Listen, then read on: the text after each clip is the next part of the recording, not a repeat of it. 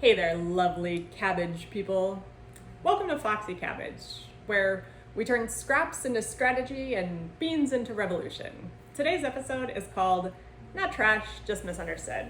And we're going deep, like soil biome deep. We're talking about the bugs and bacteria, worms and larvae, mushrooms and mold, the weird and wonderful world of detritivores and decomposers, the true foundation of everything you've ever loved. They're the underdogs of the ecosystem, the organisms nobody writes poems about, but without them, your favorite forest, your grandma's tomato patch, your city park, even your gut microbiome wouldn't exist, or at least wouldn't function. And more importantly for you and me, they might just hold the key to fixing broken food systems, reducing household waste, building resilient communities, and doing it all from our balconies, backyards, or kitchen counters. Let's start with a grounding question. What happens when something dies? In natural ecosystems, when a plant or animal dies, its remains become food. Not for scavengers like vultures or coyotes, but for something even smaller. Bacteria, fungi, and invertebrates break the organic material down, atom by atom, returning nutrients to the soil, where they're picked up by plants again. This is the nutrient cycle. And the organisms that do this work are decomposers and detritivores. Decomposers do the chemistry, breaking down organic material at the molecular level. We're talking fungi, mold, and bacteria. Detritivores, on the other hand, are the eaters, the ones who chew up dead material and poop out half-digested gold. Think earthworms, millipedes, springtails, black soldier fly larvae, dung beetles, and even certain crustaceans. Together, they make decay happen. They keep the cycle moving. And you know what they don't do? They don't landfill. They don't incinerate. They don't recycle by shipping stuff across oceans. They keep nutrients in place and in use.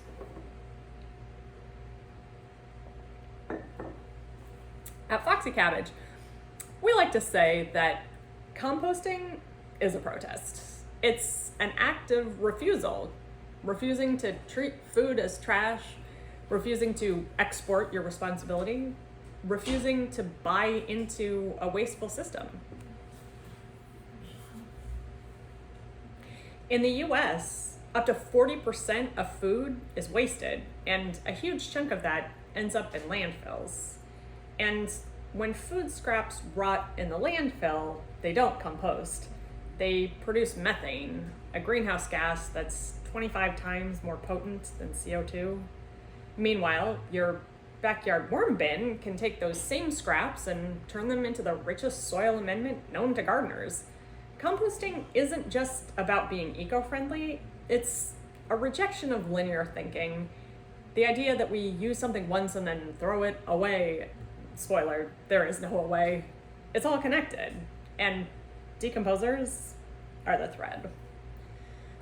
Let's zoom in to the household level and paint a picture of what I call the micro-homestead loop. You don't need a farm. You don't need acreage. You just need a willingness to rethink waste. Here's a system I love. Food scraps from your kitchen go into a black soldier fly larva bin and or a worm bin. The larvae eat the fast degrading stuff, fruit scraps, coffee grounds, stale bread. Worms handle the softer, wetter stuff, leafy greens, shredded paper, cardboard bedding from quail or chicken coops. The larvae are harvested and fed to chickens, ducks, quail, or aquaponic fish if you've got them, like tilapia. The worm castings and the larva frass go into your garden containers or raised beds. Garden produces herbs, vegetables, leafy greens, which go back to your kitchen, and around we go again. That's a closed loop system, and it can fit in a corner of your yard, or on a patio, or in a garage. It's low waste, low cost, and high nutrition, and it's incredibly adaptable. You can raise worms and black soldier fly larvae indoors. You can build vertical planters for herbs. You can grow microgreens. You can collect gray water to irrigate your garden. A micro-homestead isn't a return to the past. It's a way forward, especially for food insecure households, renters, and folks who want more control over their food and less reliance on fragile supply chains. Let's talk about black soldier fly larvae, one of the most exciting and underutilized decomposers out there. The larvae can consume twice their body weight in waste every day.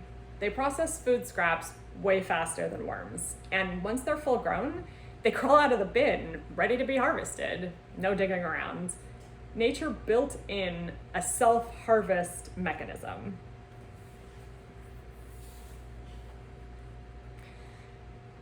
They're high in protein, up to 45%, and fat, 35%. Ideal feed for chickens, ducks, quail, reptiles, amphibians, and fish. Odorless when managed well. Able to tolerate meat, dairy, and cooked foods, things that worms can't handle. They're also way less emotionally loaded than, say, slaughtering your own meat birds. You can scoop up a handful of larvae and toss them into your chicken coop or fish tank, and your animals will go wild for them. People ask, are they gross? Yeah, kind of, but also awesome. Think of them as tiny, wiggly little waste converters with a side hustle as chicken feed. That said, let's not skip the charm of worms. Vermiculture, raising worms for composting, is the gateway drug to home-based soil building. Red wigglers are the gold standard for worm bins. They're quiet, clean, and thrive in a container under your sink or on a shelf in the garage. They prefer veggie scraps, paper, and garden clippings, produce worm castings, which are nutrient-dense, water-retaining, and microbially rich, can live happily in bins made from Rubbermaid totes or upcycled dresser drawers. They don't require much attention, just feed and fluff. People tend to like worms because they're low drama. You don't harvest them for feed, you let them do their thing, and you harvest their poop. Plus, you can make worm tea, a liquid fertilizer made from soaking castings in water. It's like espresso for your plants. Let's zoom back out for a second. Our dominant waste system is linear. Extract, use, toss. Whether it's food, packaging, or electronics, we're stuck in a loopless mindset. And the recycling system, especially in the US, is not saving us.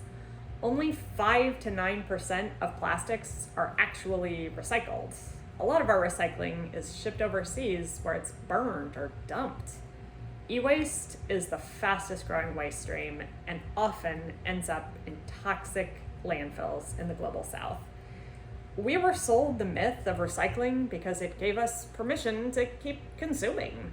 But nature doesn't recycle in the way we do. It reabsorbs, decomposes, and regenerates.